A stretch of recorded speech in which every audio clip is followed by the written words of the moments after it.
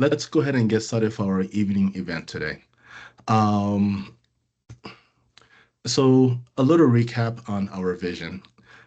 Our vision is to be the global leading voice and champion in transforming cybersecurity through inclusivity and accessibility. And really, what that really means is, around the world, we've seen that technology has made great impact on people's life. In fact, there are studies that ties the amount of how a country uses technology, the GDP, there's been a direct tie to a GDP increase, right? So we know that technology is the way forward that the whole world is continuously adopting. Now, of course, the challenge with technology is you have to secure it, right? Um, and quite unfortunately, the growth of technology surpass and outpace how many people who are cybersecurity expert. So part of what we're here to do at CSNP is raise that awareness and help educate more people. Just understand the basic of cybersecurity, but also go a bit further beyond that, help other organizations. We know that um, over 70% of businesses in America are small, medium businesses. Um, and there are nonprofits as well, right? And a lot of between nonprofit and small, medium businesses, they lack funding. They lack funding. And when you lack funding when it comes to cybersecurity, it means you're essentially leaving a door somewhere open, right? And sad to say, then it's a matter of time before someone finds the right door that's open. So part of what we're also trying to do is empower businesses, empower other nonprofits, and essentially partner with some of nonprofits and offer some of our services for free. So that's part of our vision. As we go into 2025, we will have more and more presentation, and you'll get to learn and understand better where CSNP is trying to head today as a whole. So with that said, I'm going to pass it off to the leaders. Um, so communication and public relation is led by Andy. Andy? Thanks, Abdul. Appreciate the introduction. Of course, teeing it up with sharing the CSNP vision. It's been an exciting time for us to really be relaunching CSNP, obviously with some new capabilities for anybody who was able to join us in yesterday's Ask Me Anything webinar, where you met many of the on the technical side of the team. What the way we're looking at the future is really to be able to be nimble and really help all of these, as Abdul was saying, the small and medium-sized businesses that may not have resources to be cyber secure, even though it is critically important for the success of their business and the safety of their business.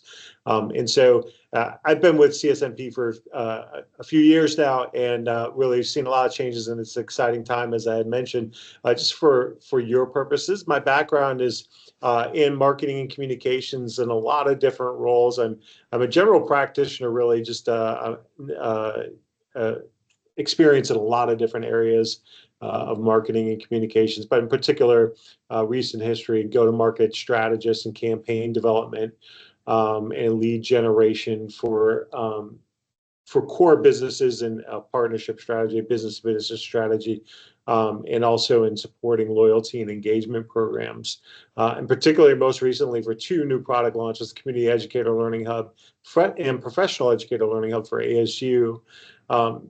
Prior to working for ASU, I've had roles with technology companies and in healthcare, and have expertise, as I mentioned, as a generalist in marketing, and really in communications, and really looking to support the organization and those key elements. You'll get more of a flavor for the marketing approach, but what I'll be talking about today is our communications and PR work that lies ahead. So we've got these sort of core pillars that we've organized the work that we have set out in front of us that we're operating from. And so it's about raising awareness of digital inequities, forging strategic partnerships for impact, and engaging and educating policymakers So without going into all the too deep on the details on here, it's really about just being able to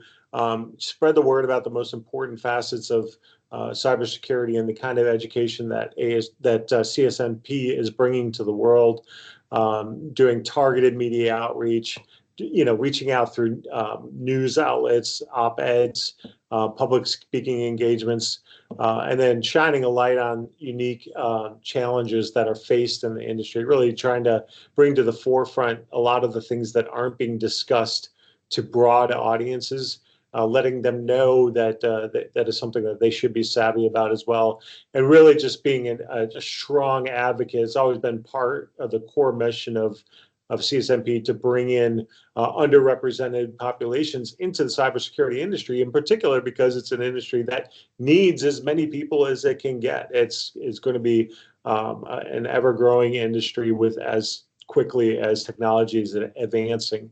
And then as far as forging partnerships for impact, it's really about having collaborations with fellow nonprofits, other advocacy groups and community organizations, getting together to amplify our message and better mobilize through their channels as well to help support the cause, and then leveraging partnerships to drive change and advance shared goals, and ultimately, to really be able to try to help influence the influencers, engaging and educating policymakers, developing policy briefs, and being a spokesperson for the industry where we have a level of expertise, and then getting involved and participating in legislative hearings. As many of you who may be familiar with what the government approach to cybersecurity is, they are often approaching it. The politicians and other policymakers are approaching it without having a mind for the expertise needed to come up with intelligent policy decisions. So really, us serving as a conduit for intelligent ways of approaching it, so that even like small and medium-sized business owners are represented, not just large tech conglomerates.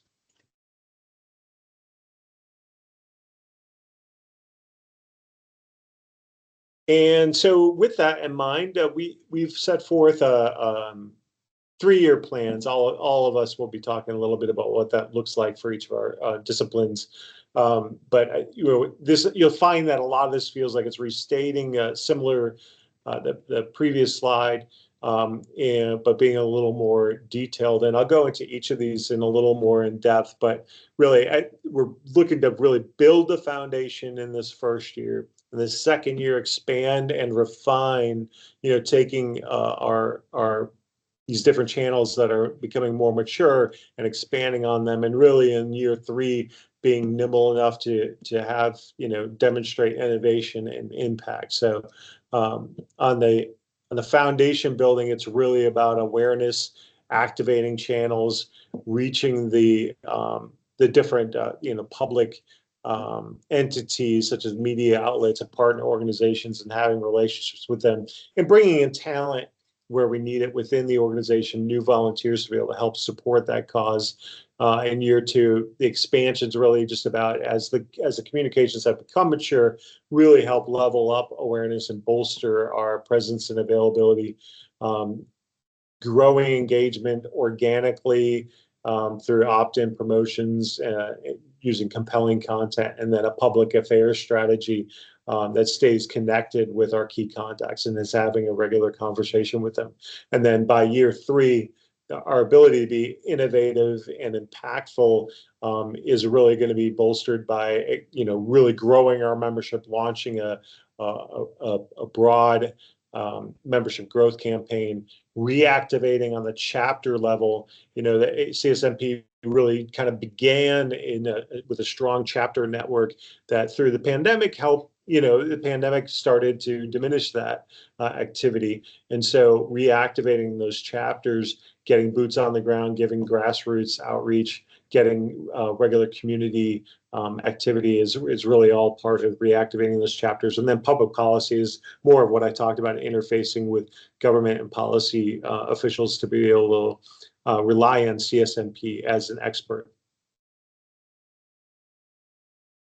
And so what that looks like more in year one, is all about our relaunch, which you are yourself experiencing if you attended our relaunch webinar a little while ago and attended our Ask Me Anything yesterday.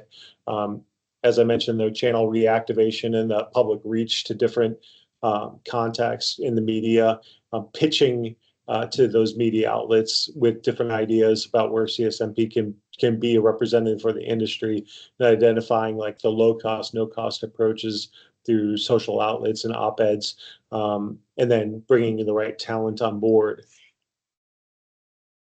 And in year two, what that looks like is having a speakers bureau of this great wealth of volunteers that CSNP has brought in to be the experts to speak when a policymaker or when an organization or when a news outlet wants to talk with somebody about the industry or a trend, making sure that csnp.org is optimized for navigation, searchability, transparency, vision, and resources, really making it as user-friendly a website as possible. And then just as our channels mature, growing our subscription base, making sure our Discord community is launched and engaged, and having a communication strategy that's real active with socials and a multi-channel strategy.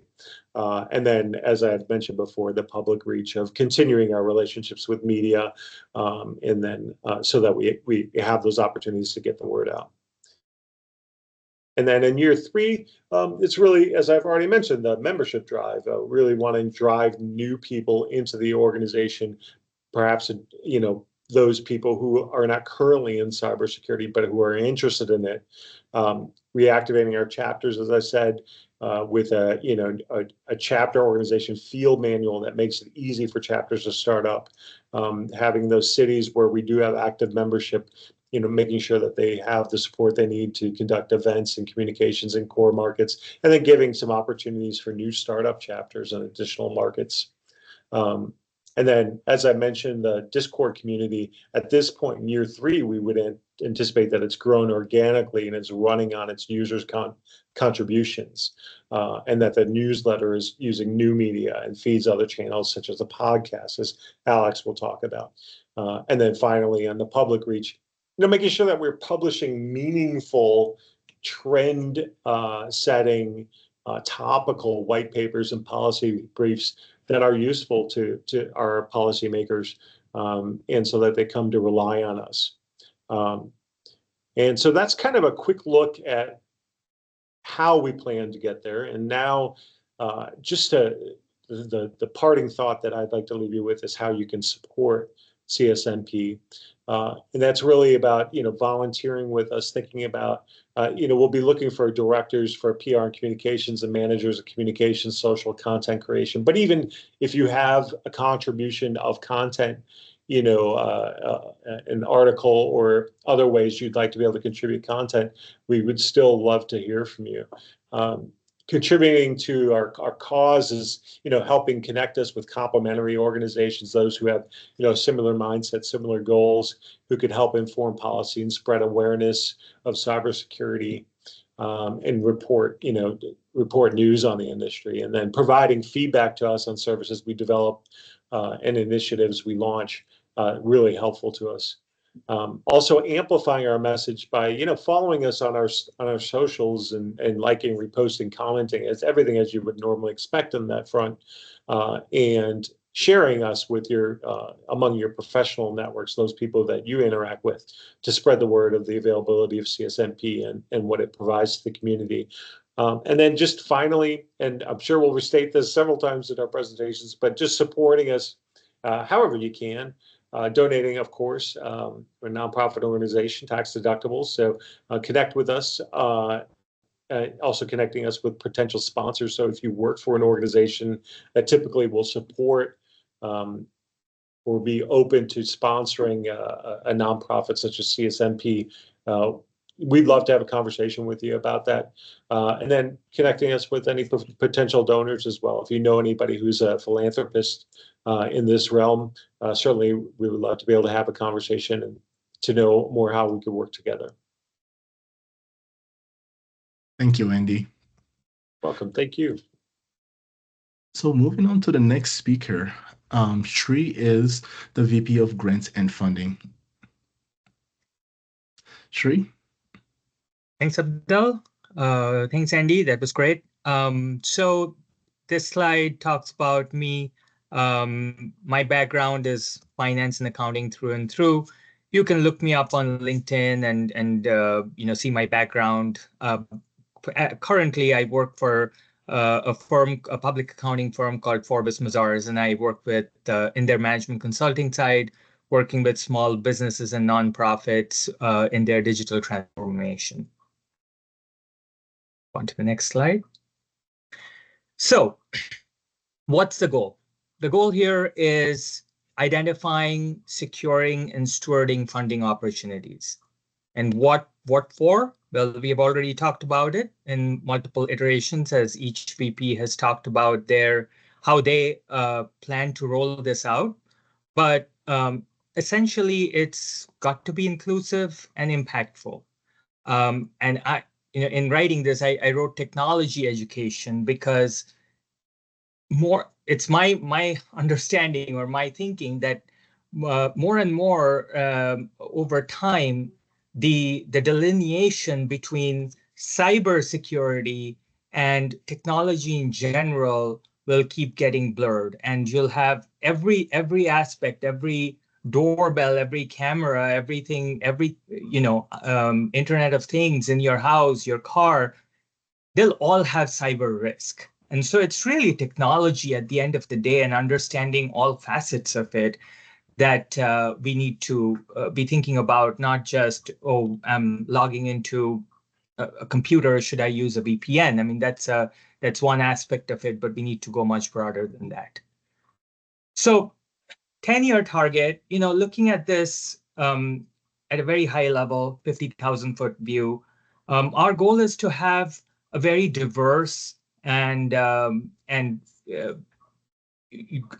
stream of revenue that is diversified in terms of where we get the money. And while there may be certain, partnerships or foundations or what have you that are more important in terms of how much money they give us, the goal is still to have a very diversified base because, as the economy goes up and down, and some types of organizations are affected more adversely than others, depending on what's going on. So over the course of the years, we want to make sure that our funding base is very diversified. In terms of a 3-year picture, I'll preface this by I should have put the next point before, but there's a lot that we are still trying to establish as we are doing this relaunch. I was thinking about it that the term relaunch is important to dwell on for a second. CSNP has been around and we have been having an impact for a long time. This is a relaunch in that it's kind of version 2.0. This is trying to reach a bigger universe of our community and being able to make that impact. And as we introspect and think about how we are going to do that, there are already a ton of ideas that you might have gauged from yesterday's more technical AMA. But we have a lot of different ideas that we would like to put in place and bring into the market. And there's still, until we get that calibrated, it's kind of hard to kind of put numbers to this. But overall, in the next 3 years, a very kind of, I think, relatively easy goal is $1.5 million raised cumulatively over the next 3 years. It's not a huge ask, to be honest, but we'll have to kind of fine tune our message in order to get there. Slide, please. So I wanted to just talk about this concept of a value map, or this idea, as our approach to how we ask for money. I mean, I live in Illinois, in Chicago land, and NPR WBZ is asking for money again. They were on the radio for like a few weeks ago for their fundraising, fall fundraising, and now they're back.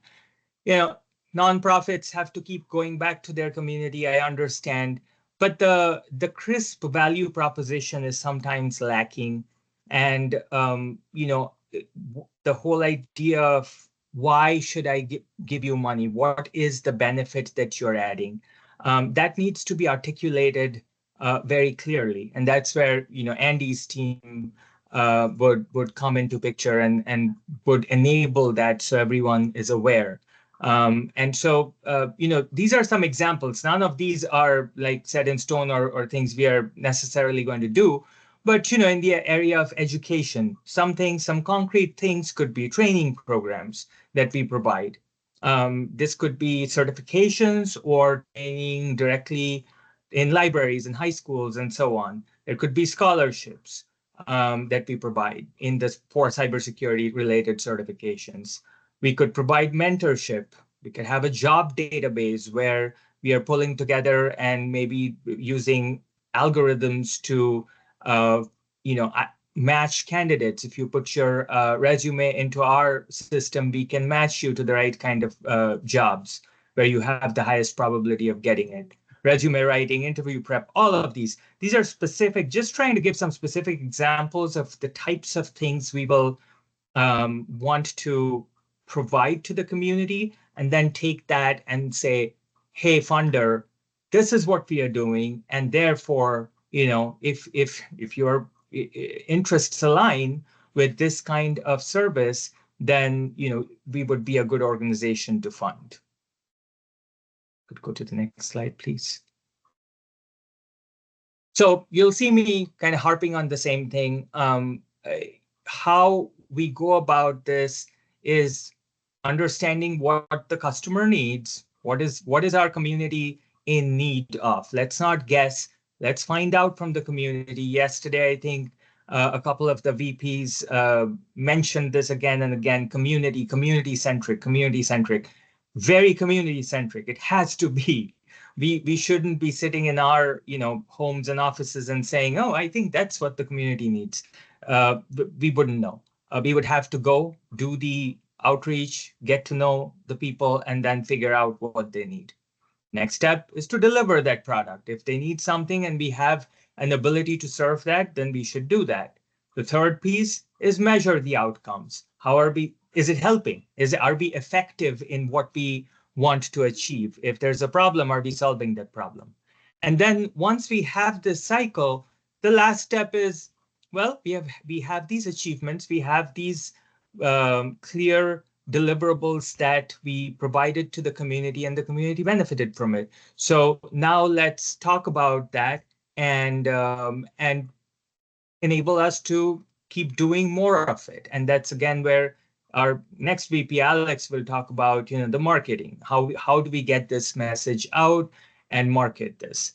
And just in terms of talking about, if you could go back to the previous slide just real quick, sorry. Just in terms of thinking about the guardrails, in my mind, it's a WIFM. What's in it for me? Everyone is thinking about it in those terms, whether it's a funder, a corporation, the government, the university, whoever it is, and whether it's a funder or if it's the community. If someone in the community is going to put their time and effort into one of our webinars or a training program, what's in it for them? What is that benefit? And so again, I think that's our guardrail in terms of not going off track or on a tangent in pursuing some pet project of ours and saying, oh, let's do this. That seems like useful or interesting, without necessarily understanding, is it truly something that the community will benefit from? So that's where we are going to keep dwelling. You can go to the next slide.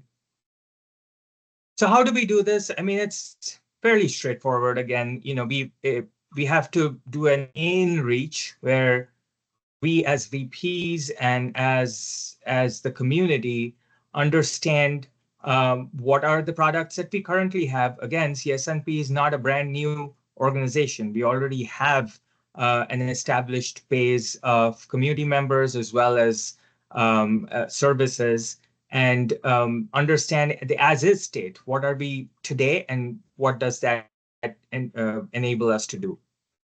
Once we have that, in addition to that, we also have to understand the pipeline. What's in the pipeline for the next 12 to 24 months. With that knowledge, then we identify the targets. Who are the different organizations that are aligned with that value proposition? Then it's Alex and Andy will work with me and the community to say, okay, what are the materials that we need? What's the talk track? How do we make sure that we are basically appealing to the right group in the right manner at the right time? And once we have the materials, then it's the actual outreach and communication to potential donors. And then once people do actually give money, we have to work with them. I mean, they have entrusted us with a mission, our mission, but they're helping us get there. And we have to work with them to understand what they're looking for. How do they see the value to be represented? Their leadership team may have a certain way of wanting to see the value.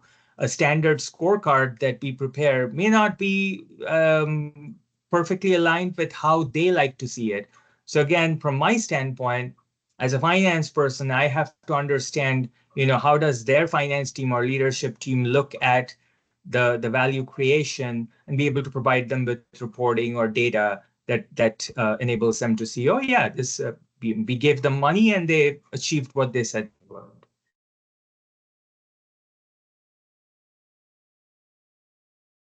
So in terms of the steps, it's going to be over the next, I haven't broken this out into year 1, 2, 3. I think there'll be a lot of all of these happening at the same time, but or at any given point in time, but to different degrees.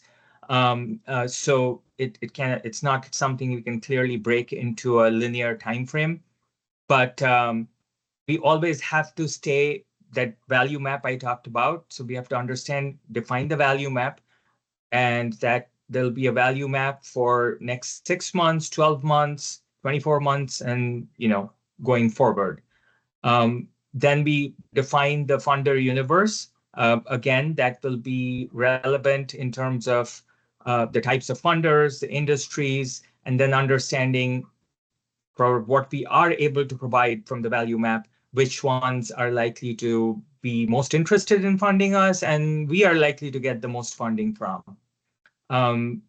Define the funding pools. So again, organizations have different missions, and if it hasn't been said enough in our presentations, inclusion and diversity are key tenets. It's not just cybersecurity education, it's inclusive and reaching this to the folks that probably wouldn't have the opportunity. So, you have DEI, ESG, different areas of pools of funding, and we can appeal to different goals in different ways, and therefore be able to demonstrate how we add value. And then, again, funding categories, size, frequency, whether it's for a specific project or not, in cash, kind, and in cash or in kind. And then things that Andy talked about. So go-to-market strategy, how are we reaching out to these customers or to these funders, I'm sorry. Some of them might be meeting them in a conference and others might be just an email. And then last but not least, once we get the funding, providing them with the KPIs to prove to them, again, that we don't have to keep harping on coming on NPR and saying we need money. It should be a self-fulfilling cycle that, here's what you gave us money for. Here's ample evidence that we were able to do it. So let's keep this going. Let's do more of it. last slide. So again, what's in it for us? What's in it for me? In terms of, as all of our VPs have talked about, we request you to be more involved, be willing to volunteer for us. But, you may ask why. What, besides the general idea that cybersecurity education is important, why would you do it? All of us are volunteers here, and I can just speak for ourselves. I know our group, so I think I can speak for the group, but you do find get a lot of satisfaction from being part of something that's way bigger than yourself and ourselves. And we're in this very accelerated cycle of technology growth. I mean, we are talking about post-quantum cryptography already. We are having a presentation on that. And, and give it a few years. I mean, 5 years ago, the AI types of AI tools we had today would have been science fiction. Now they are very real because of the advancement in hardware technology. And if once quantum computing is more commonplace, then a whole new set of opportunities and risks will emerge, and they are already emerging. So it's much bigger than ourselves, and it's fun to be part of that. It's also fun to be part of a group of great people that I can assure you it's always a joy to just chat with the group we have. We can have fun learning and teaching. You'll have opportunities for both. You can get a lot of satisfaction seeing others' careers flourish, not just your own, but seeing others benefit from it and get to a level that they never had thought they would. This is all through democratizing knowledge, access, and opportunity, opening doors for everyone. And just a cliched term, but there is a sense of fulfillment in knowing that howsoever tiny, we made a difference. We made a positive difference. So I can tell you that feeling is it's invaluable. I mean, it's not quantifiable. When you see that happening, you just feel like, yeah, this is what it was all meant for. All the education, all the training, all the things we go through our careers. At the end of the day, it has to add positive value, and you'll see that happening at least through this organization. So that's my pitch. Come and join us, and I'll pass it on to Abdel. Thank you, Sri. And on to the next speaker, VP of Marketing, Alex. Hi, nice to see everyone, and thank you, Sri. Some of you may have attended yesterday's webinar. So as mentioned by Andy and Sri, we really had more of a focus there on the more technical aspects and the technical disciplines and departments within CSNP. And I would say, Elaine, if you were part of yesterday's webinar, Elaine started to talk about a lot of aspects that really dovetail into marketing, but you already started to hear a lot of other similar aspects from Andy earlier today. So there are so many complementary departments within CSNP.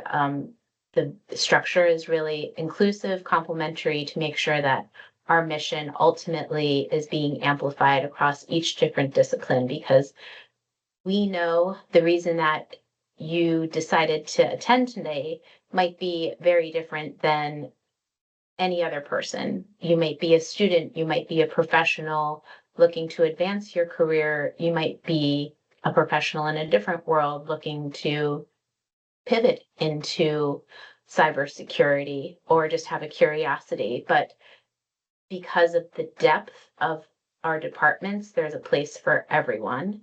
And essentially marketing, along with Andy from a communications aspect and a PR aspect, are here to capture everyone who might not be an expert in any discipline in technology, but yet has an interest. in technology and wants to explore it further.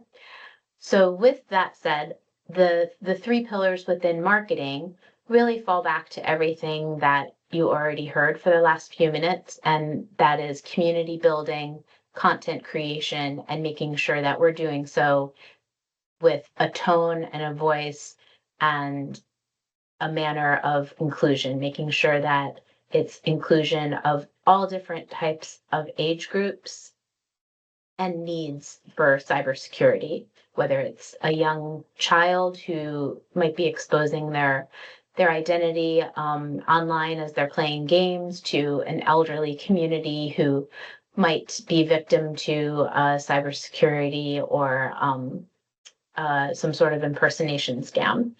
And anywhere in between, as you heard mention of small business owners and anyone who just might not have the large scale resources. From my own career, as you saw, I've been in marketing for a number of years on the marketing side and the media side. And I think the aspects that we have from a large corporation are always incredible and rich, but translating that down to the mass community is obviously our core mission. So with that, we have year one, a real foundation year where, if you don't mind just going back to the previous slide, sorry, the foundation building year.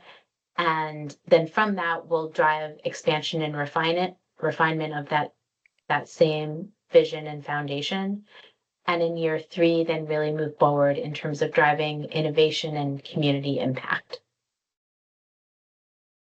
Sorry, now I could go on.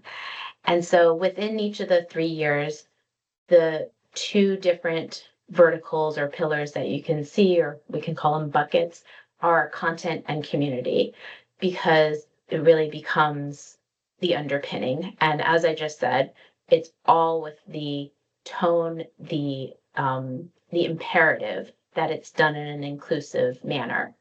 So within the first year, what really brought you here was the beginning of our Cybersecurity for All campaign. You may have been part of CSNP before, or you may be a net new member, just exploring, seeing what we're all about.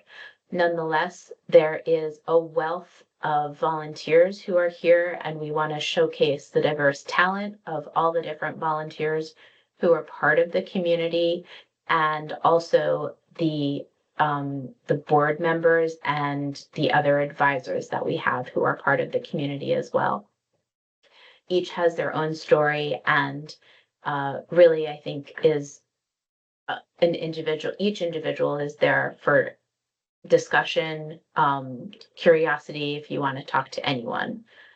And with that, building the content, it will grow the community. And so with that, spread the word to really gather the power and rebuild volunteers, our volunteer base across the US, and also our international chapters, so that we could continue to spread. And as Andy said, start to have local chapters again with the opportunity to meet in person, because I should emphasize at present we are just meeting virtually. And then as we grow community, this really dovetails with words that you may have heard Elaine start to say yesterday, our VP of Education. But there's a ambition that we have to start partnering with universities to promote CSNP resources. And when we say universities, we mean the more local university, the university who might be a little bit underserved in terms of reaching community, because we want to make sure that if you are here to build your own skill set, that there is resource that you can find in your own local community as well. And then, so we'll move on to year two, having established what we hope to accomplish in year one. Again, you'll keep seeing content and community. So starting to eke more into expansion. Podcasts, you all probably have a handful of podcasts that you listen to these days, because it's just becoming part of our culture post-COVID. And our ambition is to create a CSNP podcast where we could bring in partners that we have secured funding with, success stories of individuals who've come along on the CSNP journey to grow their own career, help someone else out. The list goes on in terms of the world of community and guests that we're looking forward to hosting. But that will be a new endeavor that we take on upon year 2. And then also, again, kind of breaking into the community aspect too, but having a cybersecurity summit to bring together members and, as Andy was saying, policymakers and industry experts, so that anyone who is considering from a macro level of donation can see their efforts, can come together and see in our Global Security Summit the efforts and the benefits that it's reaping to fruition. And then from a volunteer perspective, there are going to be tons of opportunity as we begin to do outreach and orchestrate this. And then as part of that, find the last piece here is find a way to do matchmaking so that anyone who's interested in an aspiring career within cybersecurity can find ways to accelerate their career. And then the last year, for year 3, is, as Shri was saying, having that real world application. So what we're calling a CSNP Innovation Challenge. If it's a problem that an individual, maybe from a small business, is having, we are looking as part of the Innovation Challenge to have those challenges, those problems be part of the CSNP Innovation Challenge, and we can therefore solve these cybersecurity problems and use those as ultimately case studies that we could amplify as part of our story. And then by year 3, as Shri said, we expect to have strong donors, a strong roster of who we're talking to, and that will allow us to create a cybersecurity impact report, because transparency is key in terms of the pillars of our organization. And so we want to be able to share those stories and transparently share back how every dollar is being invested in our nonprofit. And then really echoing what you started to see on year 2 with that matchmaking opportunity to develop that into cybersecurity career fairs that CSNP would run and sponsor. So tapping again into our diverse roster of relationships, we're going to continue to grow those relationships and then bring that to fruition with the career fairs. So ultimately, what does that mean? How can you get involved? On the next slide, you can see, because across every tier of our plan, of our 1, 2, 3 year plan, there is an opportunity that we need more volunteers. And so we're looking for more volunteers at the director, associate director, and manager level. And the opportunity of skill set is very rich, from if you're great at Canva, if you're great at Photoshop, from a design execution perspective, if you have a rich community that you're involved in and you want to bring them along. The opportunity is endless, and in the upcoming days and week, we'll be posting the job descriptions for the various positions that we will be opening under each department. As I acknowledged earlier, I recognize some of you might be students, some of you might be professionals. So there is an opportunity to reap from the blogs, the resources that we're going to be posting out, but then also just give your feedback, give your thoughts on what you want to hear, because ultimately that's how this is going to be successful as we launch CSNP 2.0 version.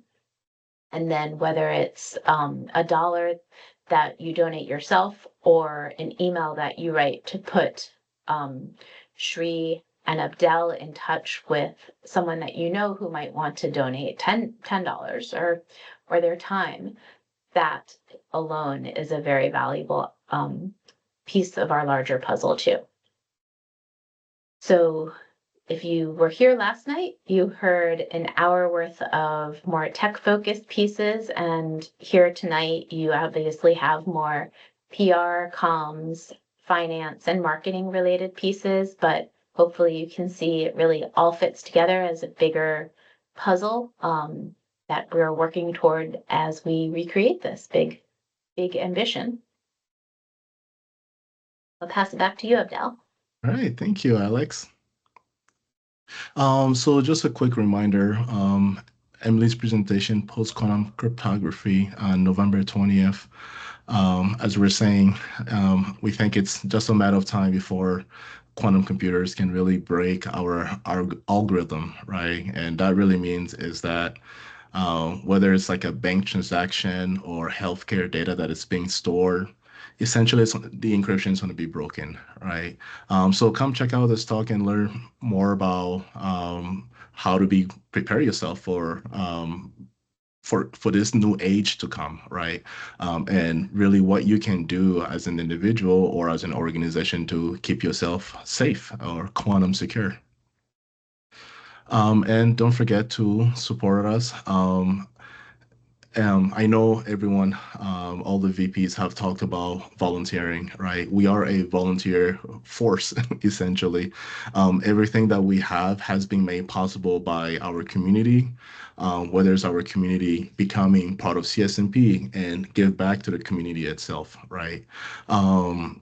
And one thing I do want to mention that Andy mentioned earlier, growing our membership, right? This is important because that shows that the work that we're doing is resonating with the people who we're doing it for, right? And I do want everyone to keep something in mind. Often when you hear the term membership, there's usually a fee associated with that, right?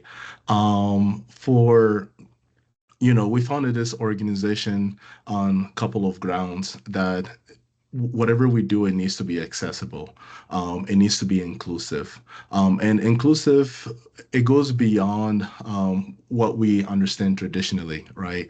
In my personal definition, inclusion and accessibility means that they need to be able to use it, they need to be able to understand it, but also they need to be able to access it, right? And what does that mean? That means that essentially, if there are membership fees, that's going to stop somebody from accessing our resource. And we really don't want that to happen. So for that, our membership is free and will always be free, right?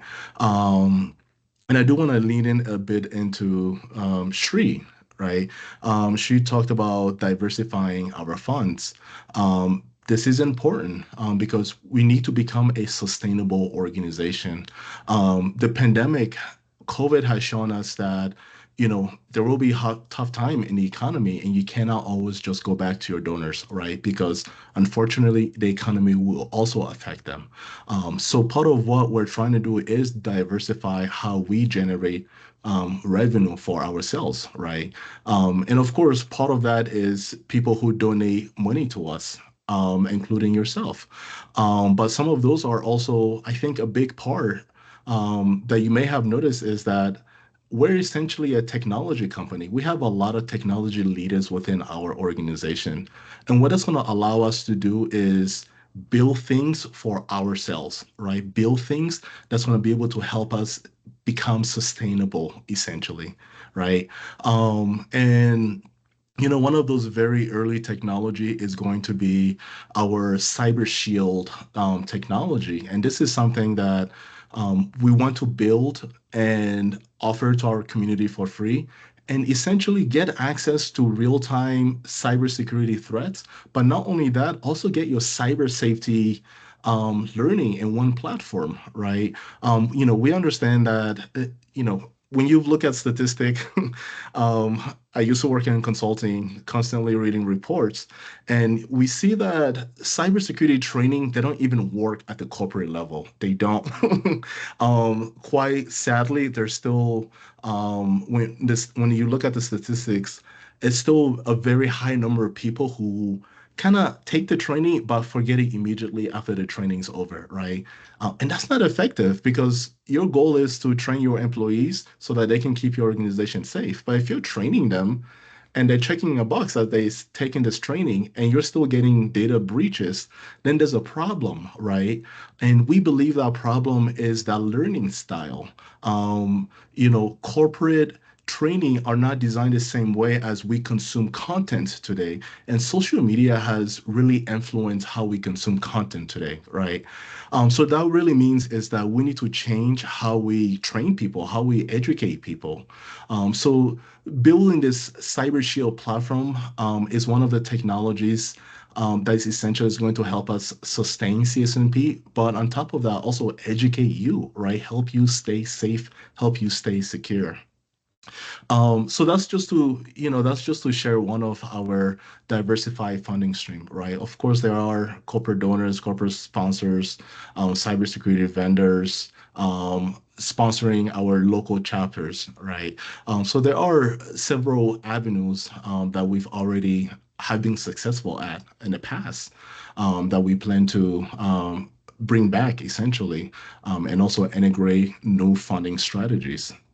Um, so we hope, our goals are very ambitious, but we are ambitious people. We are driven people. We want to see this out because we ourselves are the community, right? So the things that we're building for ourselves. We're building for our parents, our elderly, our children. So essentially, what we're trying to do is once again, just keep everyone safe. There's a lot of cyber crimes out there, and the little that we can do to help slow that down, we're gonna keep shooting for that. So anyway, thank you for being here tonight with us. Um, we really appreciate you being part of our community. In a couple of weeks, we will have our volunteering forms out there. So you'll be able to apply, you'll be able to see the roles that are available within each department and apply for whichever you are essentially interested in. Um, and and I think that's it. Thank you. Thank you so Abdel, I much. think there are two questions. I don't know if you saw the chat, but there Oh, are two I'm sorry. I questions. did not see the question. I missed that. Yes, The first please. one is there another nonprofit in the industry that you are looking at as a role model vision? Oh yeah, there's a lot. There's a lot. Literally Google cybersecurity nonprofit, right? Whichever comes up, yes, they're part of it. So that's your ISACA, that's WISIS, that's Anita B. There's a lot of organizations out there, right? Essentially, we shouldn't redefine things too much, right? We should try to take what works and then add our own, I don't know, spice onto it, right? Add our own spin on it, right? What we know is that the things that we're trying to do, other nonprofits are not doing that, right? And for good reasons. The things we're trying to do is essentially we're trying to build technology. We're trying to build technology for our community. We're trying to build technology for individuals. We're trying to build technology for nonprofit and small businesses, right?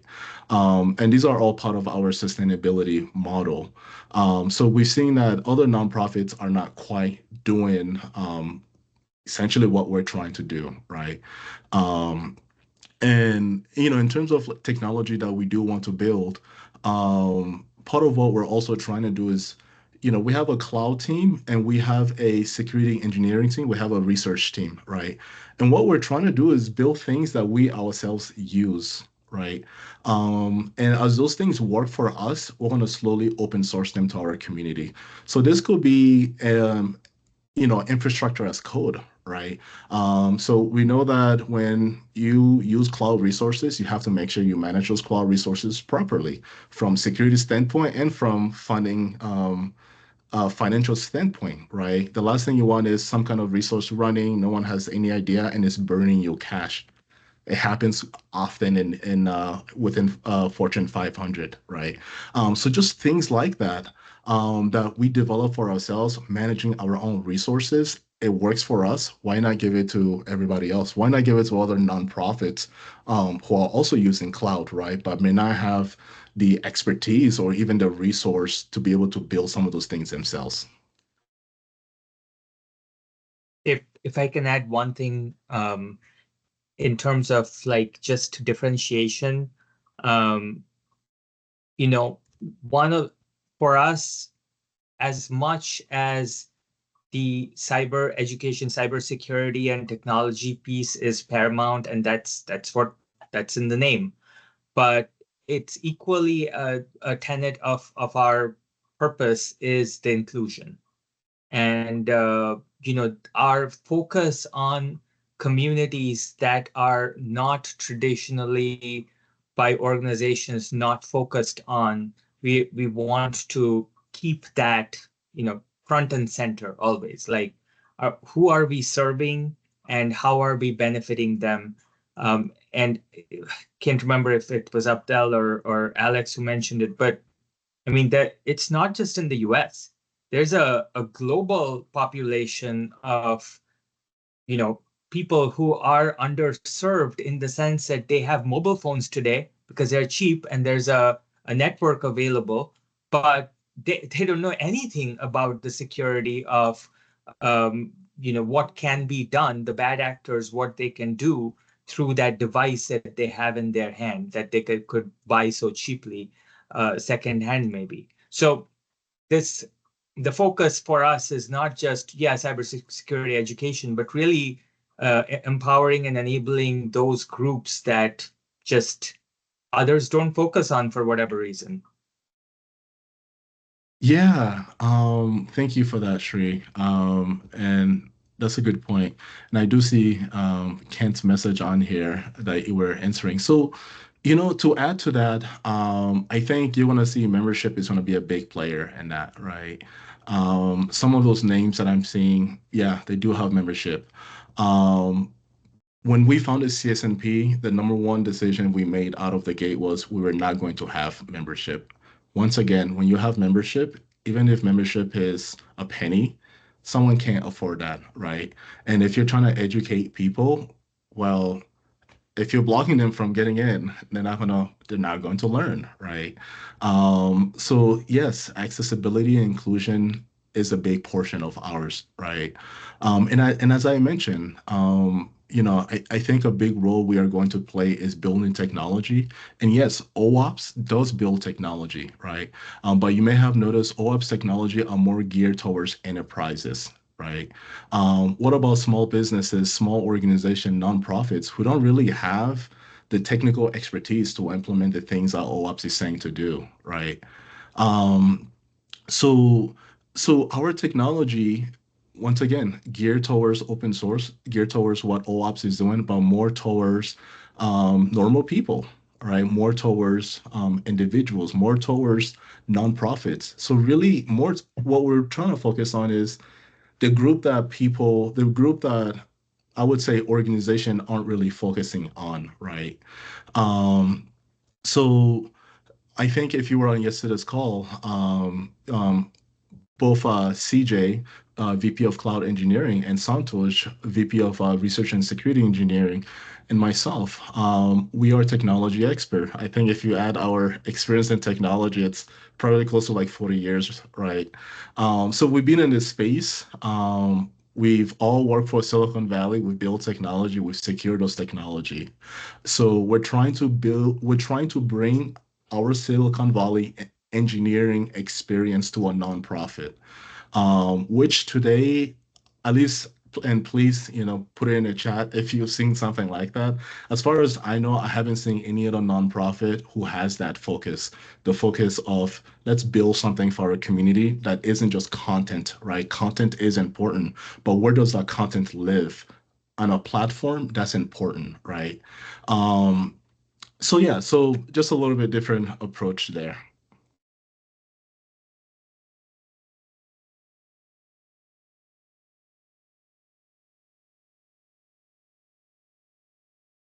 Oh, yeah. So Rama said, if you are building products, I will suggest paid features and free features to monetize. Yes, absolutely, right? Cloud resources cost money and they are not cheap, right? So it doesn't matter what you're running in the cloud. It could be the smallest microservice, right? AWS will give you 1 year free for the smallest resources.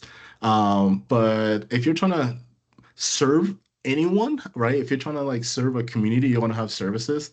That thing is not going to be able to support more than 2 people, right? So yes, we have to figure out a way to monetize on that, right? And yes, it has to come with premium features, right? I think we're trying to focus how we obviously we're a business. We still need to generate revenue somehow, right? Everything can't just be free, right? But what we're really trying to do is when we build things for normal people like yourself, we want that to be free. We want you to be able to have access to that.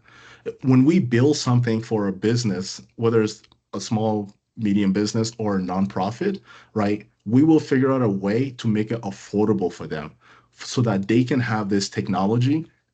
Better to have something than nothing, right? And of course, a big part of how we're going to be able to do that is we know these nonprofit, they're not going to be able to afford premium technology, right? But part of what we can do is we can partner with other nonprofit, other businesses, and apply for funding, right? So there are government grants out there. There are other type of grants out there. So essentially, we would co-apply for funding and use that funding to support their infrastructure, right? But a big part of what we're trying to do, once again, is building things and open sourcing them, so that you yourself can use it without really needing us, right? And if you're a small business and you might have like maybe 2 or 3 engineers, then you might reach out to us and say, hey, we're using this tool of yours. It's really awesome, but this happened, right? And that way we can actually come in as consultants, right? And help you with your security challenges in those areas, right? And I think the nice thing that we have as CSNP is our community, right? I think with all of your help, we're going to be able to amplify our mission, but we're also, and part of that mission is helping people, right? So imagine us being able to help you, educate you, and then you go to your community, whether it's a mom and pop shop, whether it's your, other extended family members, right? You're going to be able to help them with those same free knowledges. ChatGPT might help us with test cases. Not sure what you mean exactly, but I strongly believe in using generative AI like ChatGPT, Claude AI, Meta, Perplexity. I mean, you pick your favorite, right? And I use all of them, right? Technology is moving towards a direction. These AIs, they're going to be everywhere, right? And slowly we've seen it. We've seen that they're slowly becoming like better writers, right? We're seeing Hollywood protests against using AI, right? So we know that this is a problem that's not going to go away. And the thing with technology is, well, if it's not going away, then use it, right? Use it to your advantage, learn about it, get ahead, right? Get ahead and figure out something else once you once you get to that point.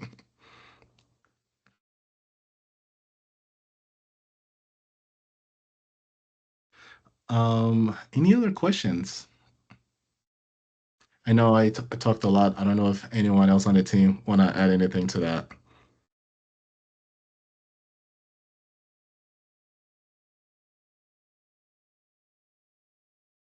Um, but yeah, I do see a message here. Someone say join my team. Um, yeah, so just a quick add-on to the community thing, right? We want to be transparent. The things that we're doing, we want to make sure that somehow you're involved, right? Today, our community is close to 12,000 members. It's going to be hard to get 12,000 people to maybe agree on something. But what we'll probably do is have an open forum where you can attend and suggest your opinion. That way, you give us feedback as we build whether it's a technology, whether it's a framework, whether it's content, right, that you share your feedback with us as we build that so that we're building what you actually want, right?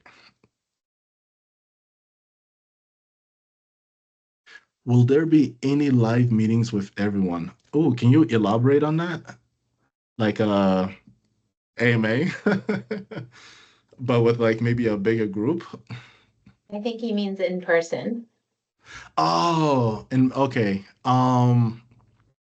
So our chapters, we want to bring back our chapters, I would say about 12 to 18 months after, I guess, after this relaunch.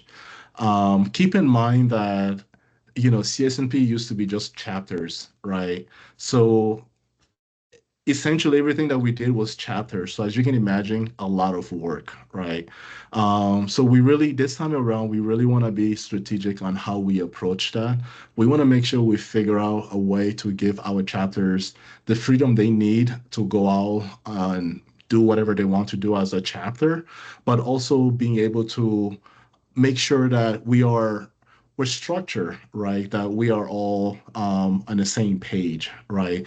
Last thing we want is our chapters to start maybe charging fees for things that we may not have an idea about, right? So we really want to make sure that our values are embedded upon our chapters, and we want to make sure we do that in a um, in a more controlled fashion, right? Just so that way we can control that quality and making sure that people are getting positive experience out of it. So it will take us about a year to a year and a half to relaunch our chapter models again. Um, but that doesn't mean to say that, we may not have like maybe happy hour events, right? I think historically those have always been nice. I think if we're able to secure sponsors who are interested in sponsoring a happy hour, I think we would do something like that sooner than later.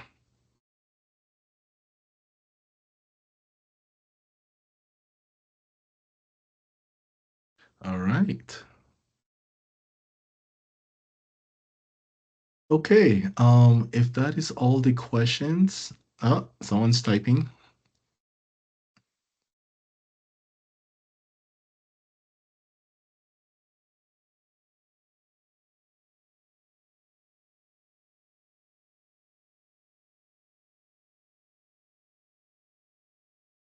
Someone said we all bought our drinks and got together. Yes, there's absolutely no reason why chapters couldn't do something like that, right? So depending on where you live, if that's something that you want to do, I don't see why not. So shoot us a message if that's something you want to do for your local chapter. Just shoot us a message at info@csnp.org, and our chapters are is on meetup.com/pro/ I think /CSNP or /cybersecurity. I'll have to double check that.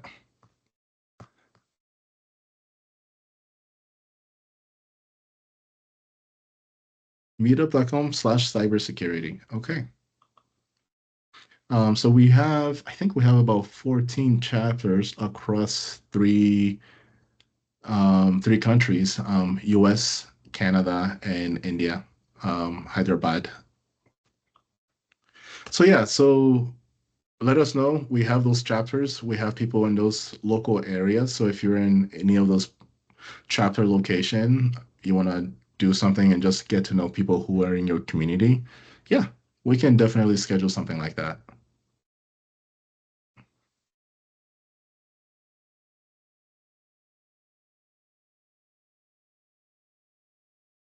Any other questions?